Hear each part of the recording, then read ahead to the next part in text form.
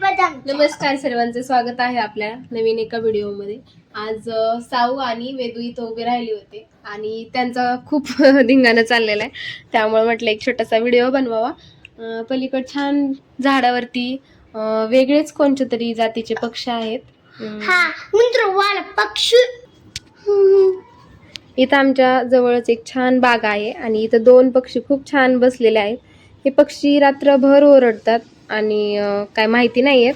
Search केल्यावर काहीतरी राखाडी धनेश म्हणून पक्षी आहे आणि खूप वेगळेच आहेत ते. आणि इथं त्यांचे छान पिल्लं आहेत, त्याच्यामुळे ते सतत तिथंच बसलेले असतात. आणि हे आमच्या चिवकाऊंना ते ते पक्षी खूप आवडतात, त्याच्यामुळे हे सतत इथंच उभं राहिलेले असतात खिडकीमध्ये. आणि वेदूने आतापर्यंत कधीच ही पाहिलेलं नाहीये, वटवाघूळ कधीच पाहिलेलं नाहीये. आणि तिला इथून एक दिवस मी सहज तिला वाटलं कावळात चाललेला आहे, त्याच्यामुळे ती मला विचारत होती की आई हा पक्षी कशाचा आहे. आणि मी तिला दाखवलं तर ती म्हणली हे उंदरासारखंच पक्षी दिसतोय, त्याच्यामुळे ती इथं खिडकीत उभं राहून बघत होती. आणि ती वटवाघूळ आहे, ती सारखी कंटिन्यू, आता संध्याकाळचा टायमिंग आहे आणि वटवाघुळा संध्याकाळी फिरतात ना. माहिती आता मम्मी बी म्हणते ना माझी, मी बी म्हणते आता वटवाघूळ. बराच वेळ झालं, ती वटवाघूळ संध्याकाळून फिरतात ना इकडं तिकडं. मग ती मला सांगत होती आई उंदरावाला पक्षी आलाय, आई उंदरावाला पक्षी आलाय. मग म्हणलं चला आपण इथं पक्षी पण बसले, ते छान पिल्लं आहेत. आणि त्या पक्ष्यांचे तुम्हाला माहिती का, आई तुला माहिती का ते बदामचं झाड दिसतंय ना, ते बदामच्या झाडावर तोच बसलाय वटवाघुळा. वटवाघुळा. आजकालच्या मुलांना असे काही पक्षी प्राणी ते सगळं काही भेटलं पाहिजे बघायला.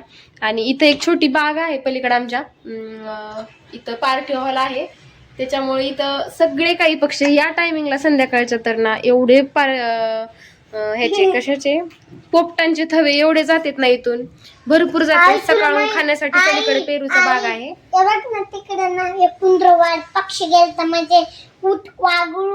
हा, वटवाघूळ. ते कसलं पाणी विचारू. आणि इथून पोपटांचे थवे जातात. मग इथं बऱ्याच पक्ष्यांची वेदूला माहिती झालेली, कारण की इथं पारवे पण आमच्या पलीकडच्या पत्र्यावर पारवे येतात. इथं छोटे मांजर आणि मांजरीचं पिल्लू पण बसलेले, आम्ही त्यांना खायला टाकतो इथं कोपऱ्यामध्ये बसलेले. त्याच्यामुळं काय होतं, बऱ्याचशा प्राण्यांची त्याची माहिती मिळते मुलांना. वेदूला जवळपास सगळे काही प्राणी माहीत झाले. शहरातल्या मुलांना काय होतं, काही प्राण्यांची माहिती शक्यता फोटोमध्येच होते, असे रिअल मध्ये होत नाही. पण आम्हाला इथं जवळ एक गार्डन असल्यामुळं छान पक्ष्यांची माहिती मिळते वेदूला. चला तर सहज बनवलेला व्हिडिओ तुम्हाला कसा वाटला ते कमेंट मध्ये सांगा. आणि आवडला असेल तर आपल्या चॅनलला लाईक करा. अशाच काही नवनवीन गोष्टी मी तुम्हाला नक्की दाखवेल.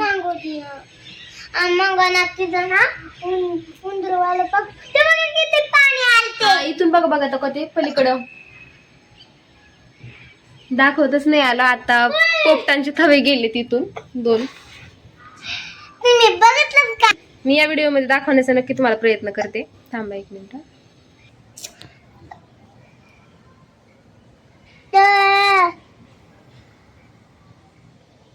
हे इथून वटवाघूळ आहे, ती फिरतीये कंटिन्यू.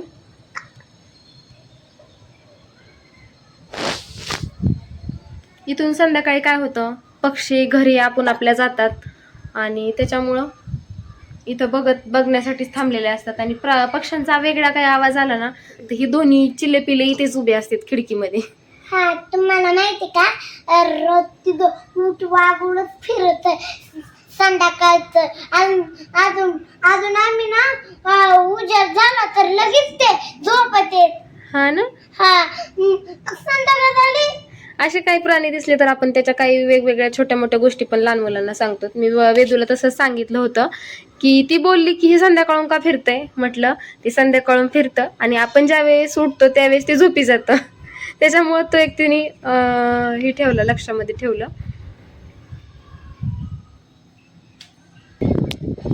तिथून पलीकडे बघा, पलीकडे पोपटांचा थवा गेला. आता जास्त नाही दाखवू शकत कारण की लांब आहे.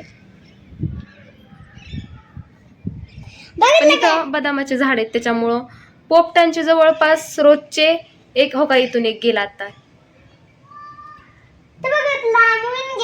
जवळपास इथून रोजचे ना. तुम्हाला माहिती एक 2-2 हजार ह्याचे तुम्हाला माहिती आहे, ह्याचे जातात, पोपटाचे जातात. कारण की पलीकडेच एवढा मोठा पेरूचा बाग आहे ना, तिथं सगळे पेरू खाण्यासाठीच येतात. अजून अजून तुझं नाव थोडं बघितलं तर लाईक करा,